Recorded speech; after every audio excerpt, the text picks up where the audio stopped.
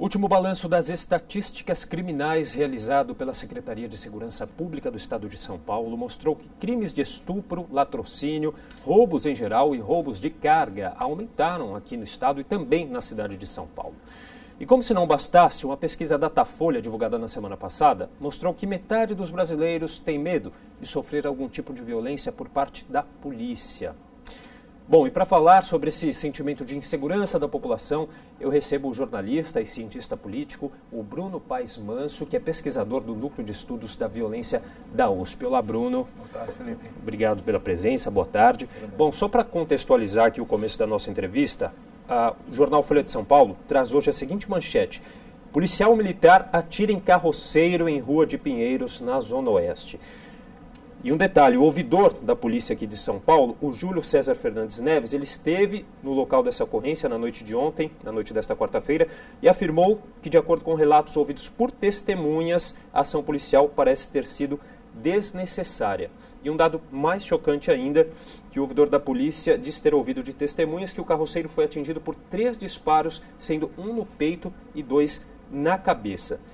Quer dizer, só mais um episódio, esse mais recente, para contextualizar tudo isso que a gente falou aqui na abertura da entrevista, né? O que acontece aí, o Bruno? Explica um pouquinho para a gente.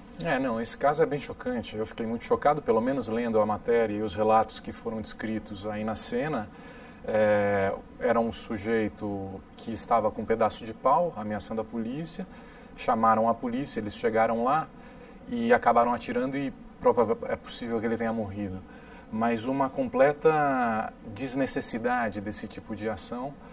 Então, o que a gente pensa, como é que se treina, qual é o tipo de treinamento que é falado para os policiais, porque é difícil a gente se conformar com uma situação como essa, um uso abusivo da força que leva um sujeito à morte, e isso tem que causar uma certa indignação, né? Qual é o tipo de treinamento que é feito, qual é o tipo de treinamento que é passado, isso na Murato Coelho, numa das ruas mais visadas da cidade, com testemunhas ao lado. Então, você imagina quando não tem testemunho o que acontece, né?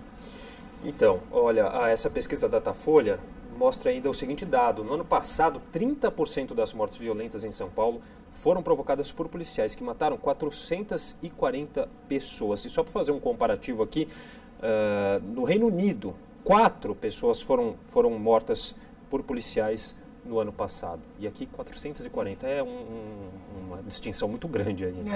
São 40 anos que a gente vem discutindo esse problema da violência policial e muitas vezes há uma discussão, você que defende a questão da violência, você que critica a violência policial, você está defendendo bandido, qual é a discussão, como é que você coloca esse assunto em público? E esses dados são interessantes porque eles mostram que são 40 anos de violência e ao mesmo tempo o crime não para de crescer. Então são 40 anos de um método que não tem funcionado. E qual que é o resultado disso? As pessoas têm medo da polícia e têm medo de ser assaltado. Então a gente vive no pior dos mundos, falta de treinamento, corrói a credibilidade da polícia, a polícia passa a ser vista como um problema também. Então, a questão do respeito, do treinamento, de saber lidar com o dia a dia e evitar excesso de força desnecessária, contribui para fortalecer a polícia, contribui para fortalecer a confiança da população na polícia. É isso que está sendo corroído quando a polícia age dessa forma.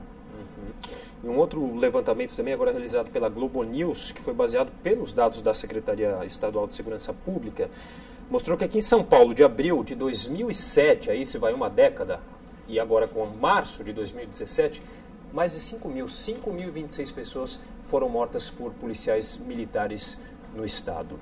Só no primeiro trimestre deste ano foram registrados 160 mortes causadas por PMs, enquanto no mesmo período de 2007 foram 69, um número que representa um aumento aí de 132% em 10 anos, em uma década.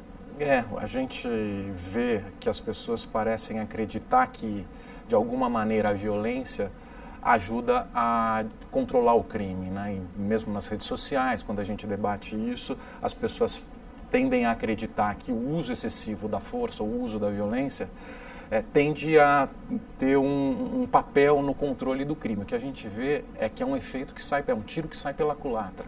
Você produz raiva, você produz ódio, você produz uma ideologia de pessoas que ingressam nas carreiras criminais como forma de responder essa truculência e entrar nessa guerra.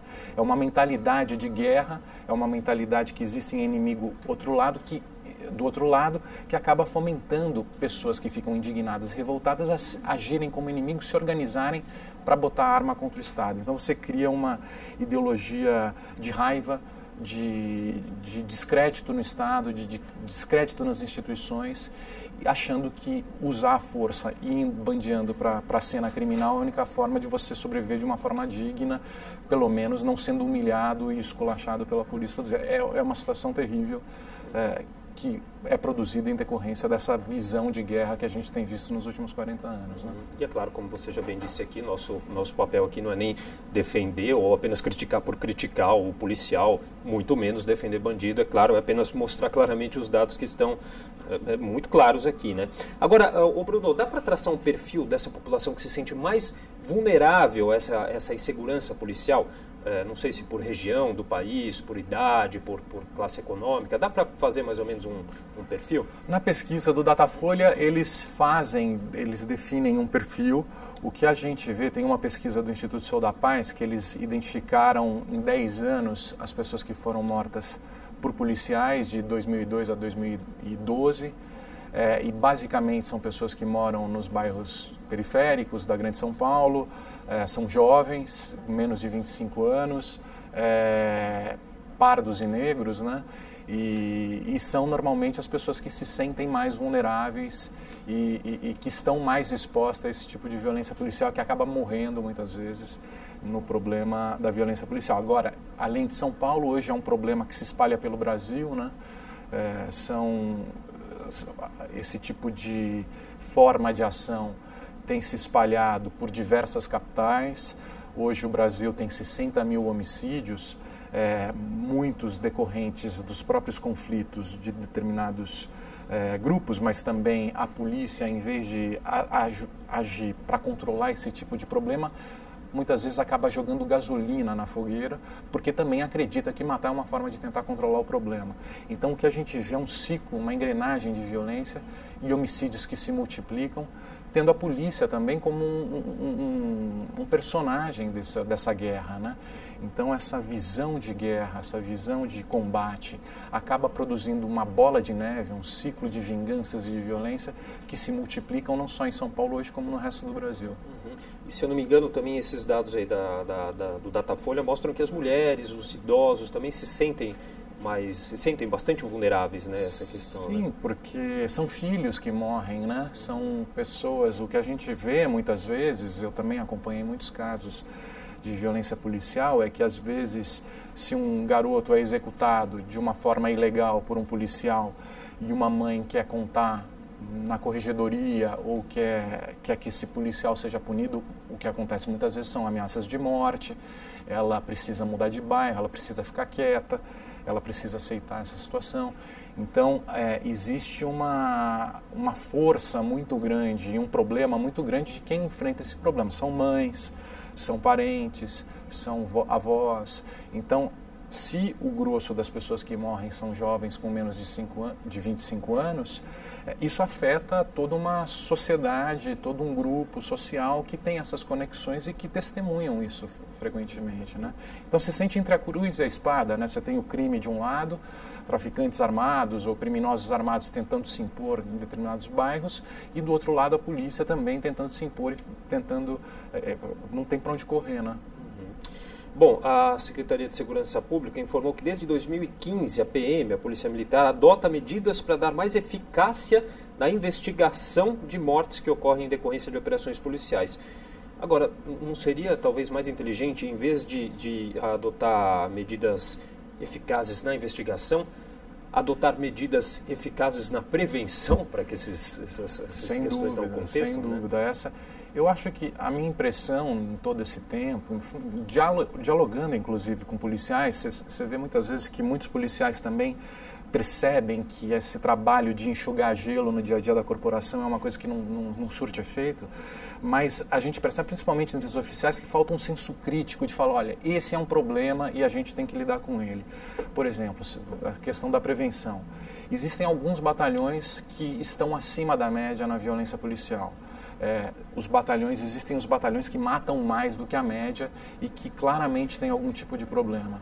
por que não intervir nesses batalhões? Por que não tentar mexer as peças quando esse tipo de problema acontece? Tentar entender o que está acontecendo. É possível acompanhar isso, é possível identificar preventivamente problemas, só que isso nunca é feito.